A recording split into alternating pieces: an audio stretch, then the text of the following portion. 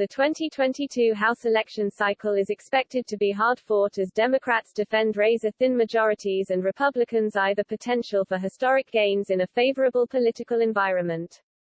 But few races may be as hotly contested, or expensive, as the open seat in Texas' 15th Congressional District. There's no incumbent in the 15th after Republicans squeezed Representative Vicente Gonzalez, D. Texas, out of his seat during the state's redistricting process. GOP candidate Monica De La Cruz, who nearly upset Gonzalez in 2020, is running again in a cycle that's expected to be even more favorable for Republicans. I believe that the Democrat Party is going to spend a lot of money on my race and pour tons of resources into District 15, De La Cruz said. We've already seen the Pelosi and AOC investment into Vicente Gonzalez's campaign earlier this year, and I think we're going to continue seeing that trend because they know what we know, which is that there's an awakening in South Texas. According to 538, the 15th Congressional District is the most competitive in the state after GOP lawmakers redrew the state's district lines based on the latest census. And Texas is expected to be a hotbed for political spending this year as former presidential candidate Beto O'Rourke runs to flip the Texas governor's mansion blue after a presidential campaign in 2020 and an expensive Senate campaign in 2018. De La Cruz says she expects the entire 2022 cycle to resemble the last days of the 2020 election, when it became clear she had a chance to win and Democrats flooded resources to South Texas. This included a visit from then vice presidential nominee Kamala Harris along with O'Rourke and former Housing and Urban Development Secretary Julian Castro. Representative Alexandria Ocasio-Cortez, DNY, also joined Castro to phone bank in Texas days before the election. The GOP political machine is also gearing up to spend big money in the 15th district. De La Cruz was part of the first round of non-incumbent endorsements from the GOP PAC Winning for Women, WFW. That PAC backed women like Reps. Maria Salazar, R. Fla, and Young Kim, R. Califf, who flipped blue seats to red last year. De La Cruz was also named to the GOP Young Guns program, an effort between House Minority Leader Kevin McCarthy, R. Califf, and the National Republican Congressional Committee, NRCC, to elevate candidates with a shot at flipping blue districts. She faces a primary challenge from businessman Mauro Garza, but such heavy support from the GOP establishment may be hard for Garza to overcome. We're building upon the momentum that we had in 2020, where we ran a purely grassroots campaign, De La Cruz said.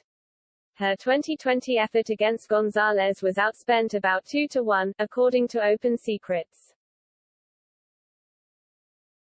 There weren't resources, the financial resources, available.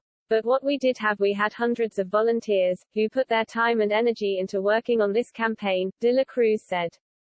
So I think what's going to happen in 2022 is that we're going to marry the hard work of those volunteers with the financial means that have been presented to us. Besides the Garza challenge, De La Cruz faces some other headwinds as she seeks to improve on her 2020 election performance. Chief among them may be the fact that former President Donald Trump is not on the ballot next year. Trump was largely credited with helping the GOP make inroads with minorities in 2020, and the 15th Congressional District is heavily Hispanic. His absence from the ballot may result in lower minority turnout for Republicans. The Democratic Congressional Campaign Committee, DCCC, is signaling that it plans to attack De La Cruz over allegations of poor treatment of her ex-husband's teenage daughter and over the former president's false claims of election fraud. De La Cruz said in a tweet last month her divorce was related to mental health issues in our family and asked for privacy. The DCCC will be fighting from now until Election Day to ensure this district stays in Democratic hands, a spokeswoman for the group told the Texas Tribune last month.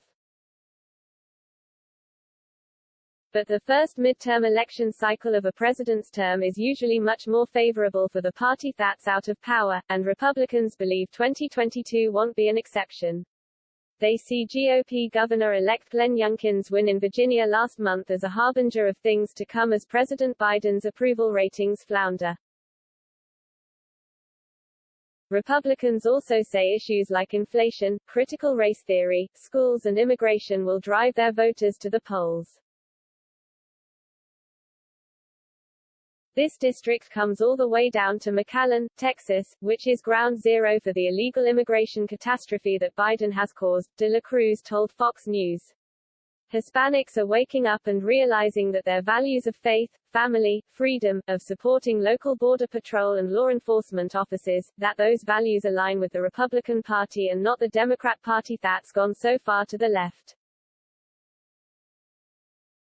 There are currently 221 Democrats and 213 Republicans in the House, with one vacancy. Republicans say that they can pick up potentially dozens of seats next year.